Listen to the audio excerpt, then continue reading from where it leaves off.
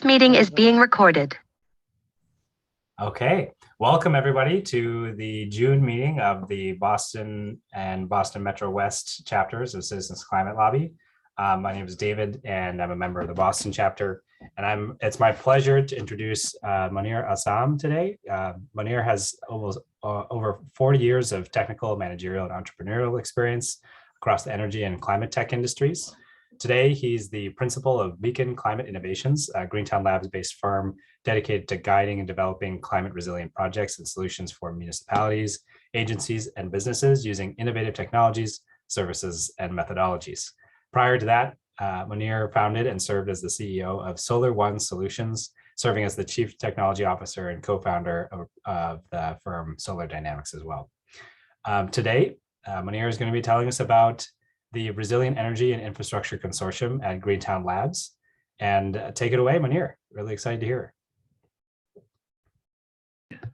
Thank you, David. And yes, it's a pleasure to be here and have a chance to just give a little bit of the background of the REIC, Resilient Energy and Infrastructure Consortium, and a little bit of background around Greentown Labs and Beacon Climate, what I'm attempting to do there with this latest venture. And folks should feel free. Well, why don't we do this? I'll give an overview and then take 10 minutes to do that, and we can do questions, answer any questions that you have before you get on to your meeting. So at any rate, for those of you who aren't familiar with Greentown Labs, it is the largest climate tech incubator in North America. It's based here in Somerville at just outside of Union Square, and is home to currently about 150 startup companies. And they have everything from shared workspace, conference rooms, to wet labs, dry labs, machine shops, and outdoor test facilities. Recently, which would be a little over a year ago, they opened a very similar facility in Houston, Texas. There they have around 40 to 50 companies. So it's really a very dynamic environment. It has several large sponsors as well. And it's really a very collaborative space where you'll have everything from ag tech to lots of different energy to array of food processing and mobility companies, really of all shapes and sizes. And some have graduated and have really made an impact.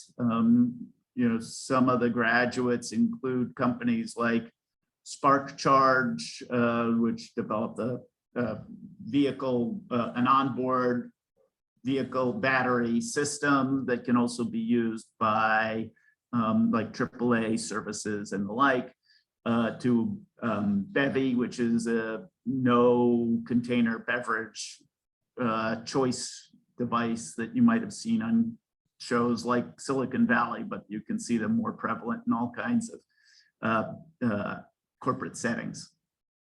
As well as Form Energy, which has developed a long duration energy storage iron air battery that raised a bunch of money. So again, it's a wonderful place to really have a base to do the types of things that I'm trying to achieve with Beacon Climate. It's also now home to some really exciting community-focused and business-focused entities like the Northeast, the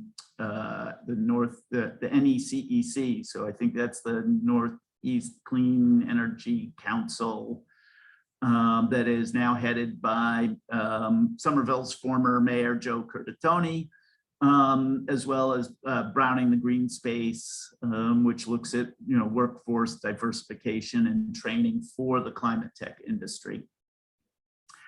And so the REIC is what's referred to as a member-led consortium that I have launched here, that is really about taking an array of the array of really the different technologies looking to aggregate them into solutions for these frontline, for the organizations and entities that are really at the front lines of climate change. And much like the medical community was at the front line of COVID, you can really think of cities and towns and even local businesses and agencies being at the front lines of climate change, and really should be at taking climate action. When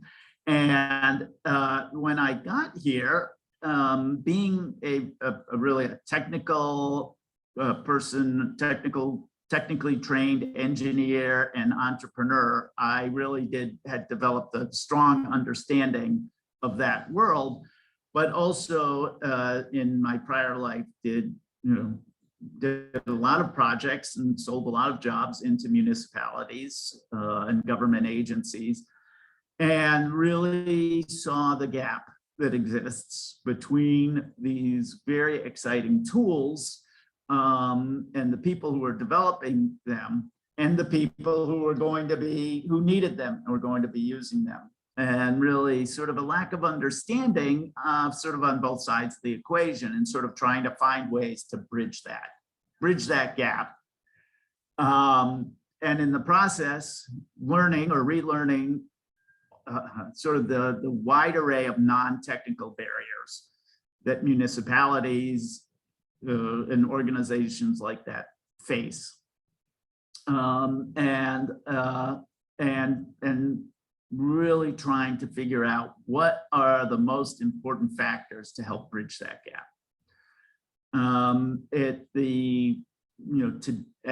At this point in time, there's about now 26, 27 firms that emerging tech firms that belong to the REIC. Most of them are based at Greentown Labs, and most of them are focused on really on energy infrastructure. We do have, which really does include electric vehicles and electric vehicle infrastructure as well. And then we have now 18 different partners, either in the sort of that we'll refer to as the market area, or in other aspects to make projects happen. Examples of the organizations that I deem in the market sector are organizations like Energy New England, which represents 26 municipal utilities, mostly in Massachusetts, but also in Connecticut, and Vermont, and Rhode Island. Massachusetts Climate Action Network, which is a climate activists group. Block Power, if you're not familiar with Block Power, they're a organization that they recently had some big news about undertaking decarbonization of all the buildings in Ithaca, New York. But they're really looking at how to apply their methodology and their platform, the Block Maps platform, to cities and towns across the country, and sort of an array of others.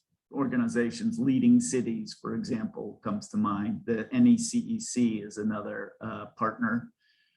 And on the project side, we're talking about an array of different finance, project developers, installers of solar and battery, engineering, and insurance are all part of that side of the equation.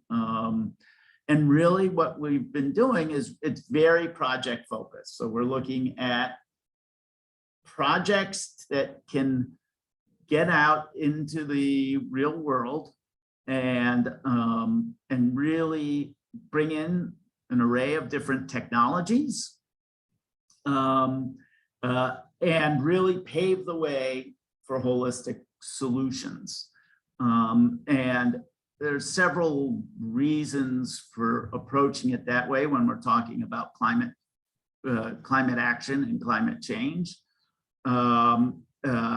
In part, it usually helps the value proposition when you're combining technologies.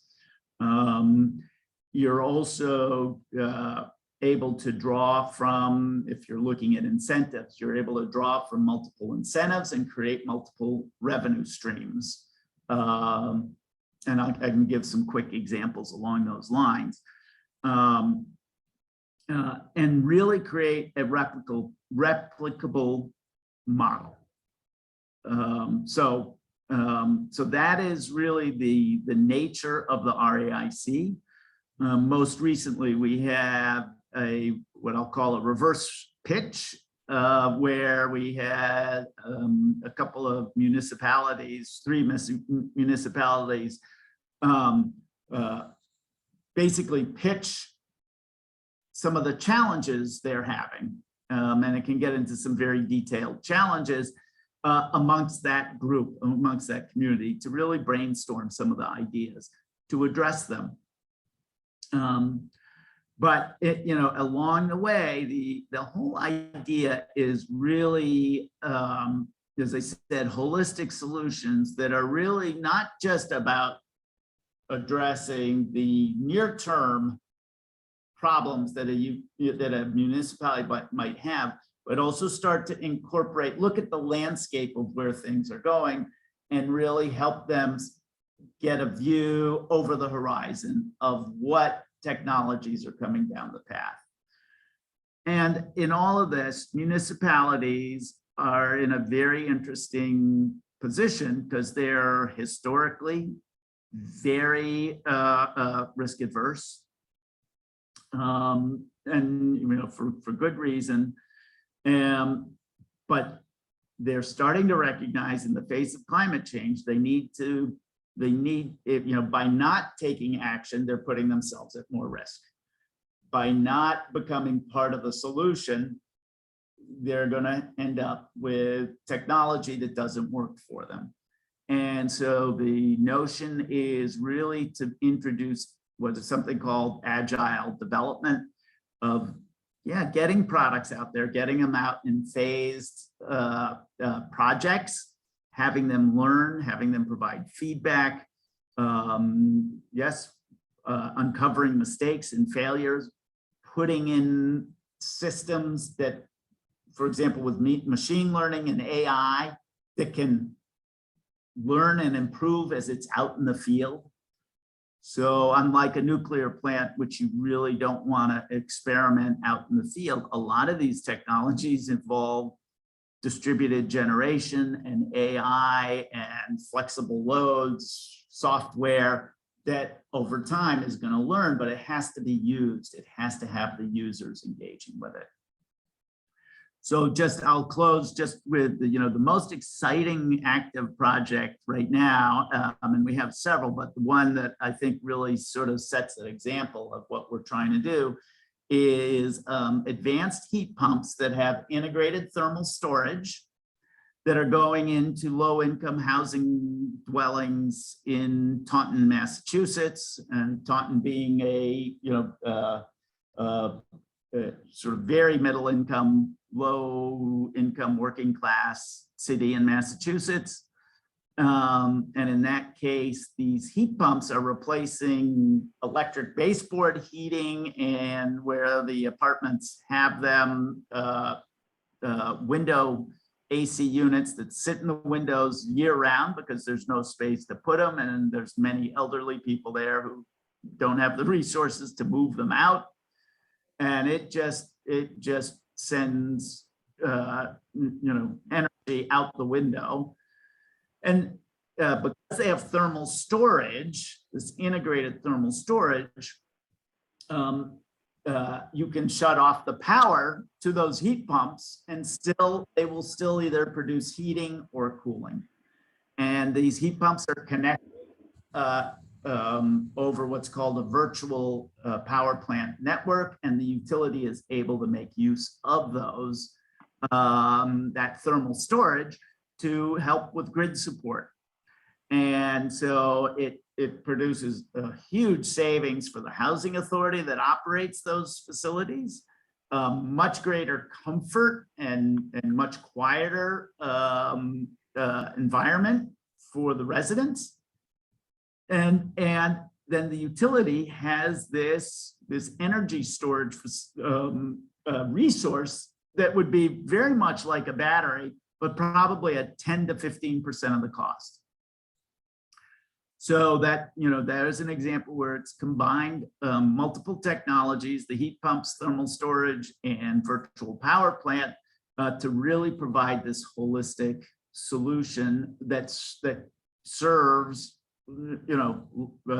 several important stakeholders in the process, and particularly amongst the most vulnerable communities.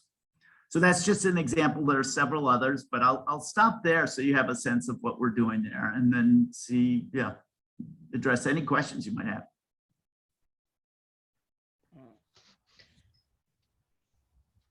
I appreciate it. Thank you so much. This is Yannick. It's really exciting. I especially not being on the technical side, to hear so many things that are going on, and different approaches. I was just wondering if you'd come across anything in your in all your different experiences, as far as CCL goes, in kind of helping to promote the CCL approach, which is a completely non-technical and 100% political one.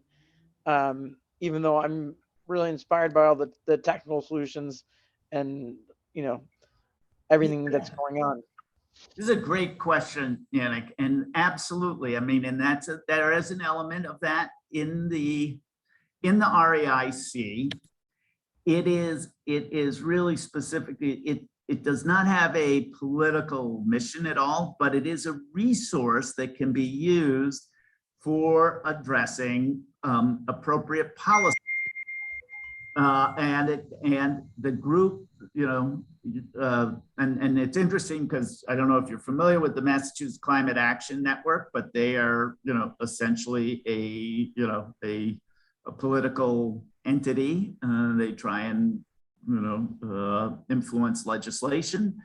And part of their interest is really, to look at technical resources that can help them develop sound policies and help bring credibility to their message. I can tell you, I've had my share of exchanges with, politicians at different levels. And sometimes, I have heard that sometimes activist groups are sort of very vocal, and they're coming from all angles, and it becomes noise. And it's hard to pull the signal out of the noise.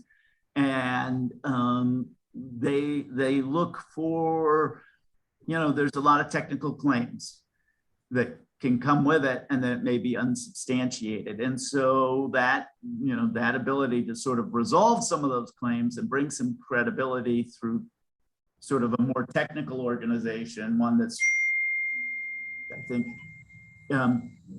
that's where some of these groups are seeing some value. Terrific, thank you. Moneer, I have a question. I guess, what technology that you work with, does any come to mind that could provide great benefits and efficiency gains or carbon reduction, but where there's some policy that is blocking either the value proposition or the deployment of that technology? Is it as an opportunity for future advocacy? Yeah, in a way that so in many cases, there's several. and I can tell you some of the concerns on policy that I have, and I had shared with Gary, in certain cases, looking at the state level at Massachusetts, there's a big focus on offshore wind to the point that it's taking all the air out of the room. And it is starting to, adjust and level out, but that for several reasons, the message was coming across that all we need is offshore wind to, and that's the cat's meow, and beyond that, life, if we can get that, life will be good. The fact is that the issue is a lot more complicated than that, and it's really it's an example for what's going on in the rest of the country and at the federal level. The fact is that the wind does not blow all the time, or it blows too much, just like solar. And by the way, I'm a longtime solar guy. I really dedicated my life to solar, but they are intermittent, non-dispatchable. So they need to come with a host of other tools. And those tools actually can come with a lot of community benefits. And in fact, there is, a number of us here see a model where we move away from a really centralized utility scale grid to one that is a mix that has a lot of community-centric distributed energy resources that are smart, where you can move like the load I was describing of the heat pumps, where you can shift the thermal load. And as we electrify, a lot of what we electrify, aside from vehicles, are going to be heating related up here. So we don't need to spend tons of money on batteries, on electric batteries. Thermal storage can be a lot more effective.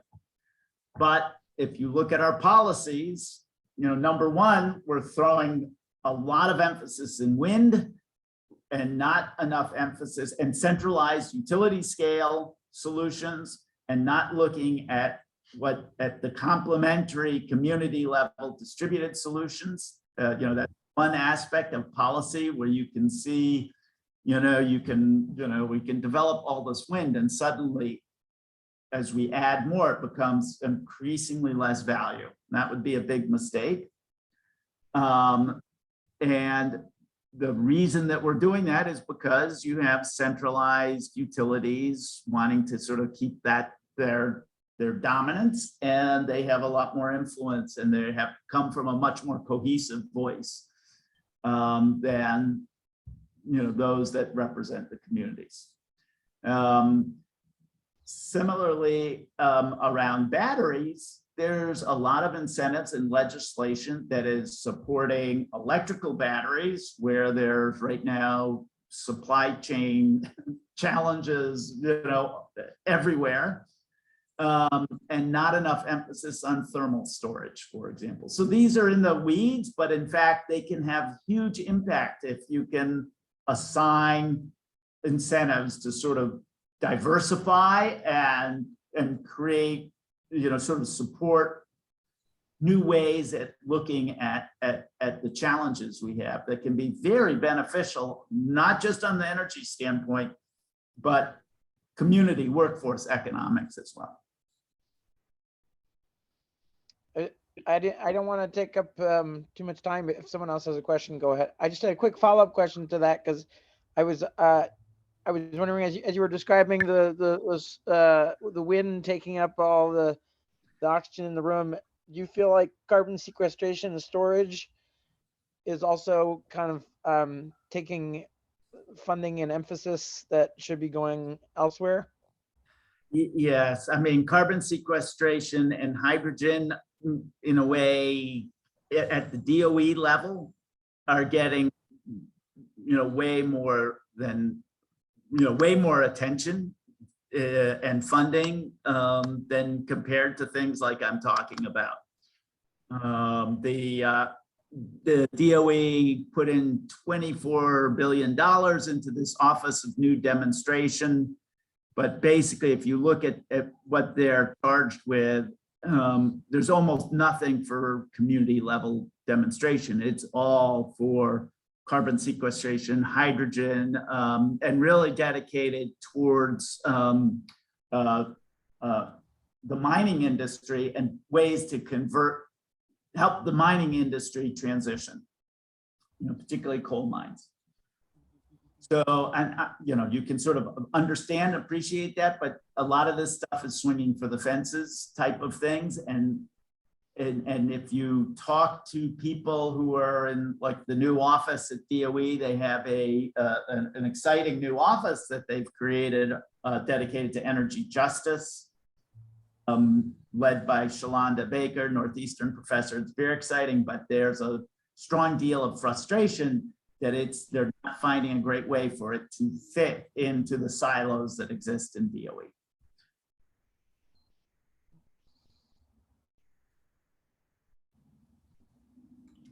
Anne-Marie, you're still muted. Yeah. Hi, I'm sorry to have arrived late and to have not turned off my mute button. Thanks, Stephen. I wanted to know whether you could connect the dots. We've got the high gas and oil prices right now. And has that changed incentives? Because that's sort of half of the CCL approach is to have higher prices, but also to have a dividend. And of course, we've got the higher prices without dividend right now. But still, the higher prices, this should be an experiment to see, is it making a difference, right? And in your world, do you see that anything attributed to that by way of increased interest and so forth? Yeah, so that's a really great question, Anne-Marie, from a couple of levels. So I would say that so what has caused, I would say, some hesitation and progress is that a lot of emphasis was put into the Build Back Better reconciliation. And I would say that the amount of investment and money and interests that's flowing into this space now is unprecedented. It's very exciting, and it really hasn't slowed down at all. The challenges, though, is project deployments are taking forever, and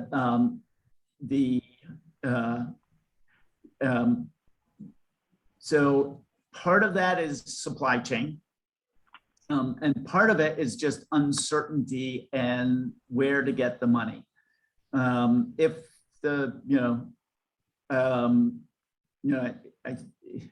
if the Build Back Better plan had gone through, and even without some of the large funding, but if for example, some of the incentives went into place, you would see projects just getting locked in, signed, moving much faster. But the uncertainty creates delays, and particularly in, at least in the energy infrastructure world that I live mostly in. So where we're seeing lots of deals closing is still on the investment side, and we're seeing a lot more investment players coming into the mix. So you are dealing at the community level, you had said. So what size projects are you talking about?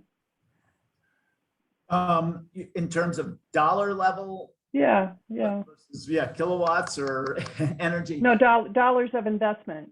Yeah, so when I'm talking about investment, I'm talking about investment in the companies. But at the community level, these are all in the hundreds of thousands of dollars, typically, maybe $1 million at most. But there's not, it's small amounts of money. So it's not the size of the projects per se that is slowing things down. They're doable size. They're all doable size.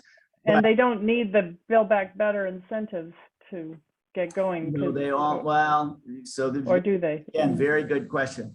So many communities that I work with, they really want, they want grant funding to go with it. Some piece of grant funding to go with it. And it's, yeah, there's several reasons. And that's particularly from, so you have to understand as well that I'm coming from a emerging climate tech. So there's some risk that comes with some of the technologies. So, you know, from that side, they're looking to de-risk. And that can be the most helpful role on a policy standpoint that legislatures can do, is to take roles to help de-risk communities that are very traditionally risk adverse. You know, municipal light departments, their first mission, keep the lights on, keep the rates low.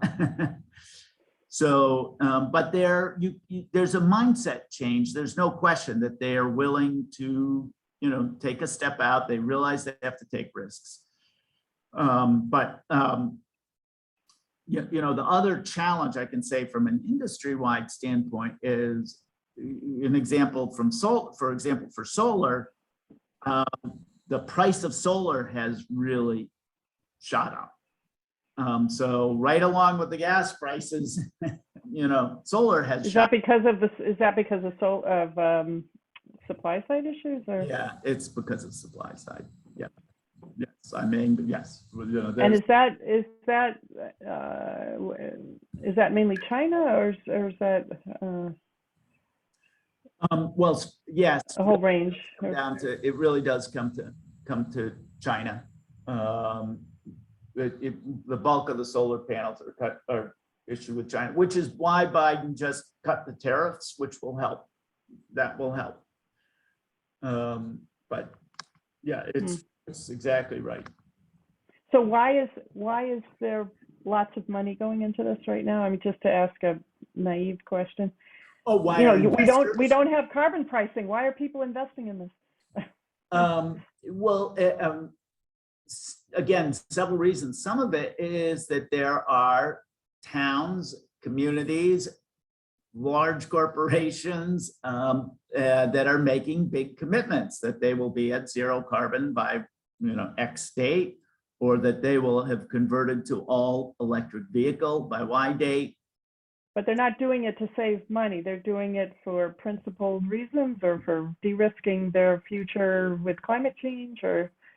Yes, I mean, yes, ESG, you know, so, you know, a lot of the fossil fuel oriented companies are the ones that are making these investments. They're pivoting. You know, at one company I'm an advisor was in Norway with Equinor, and they have a technology that removes dust from solar panels, to give you an example.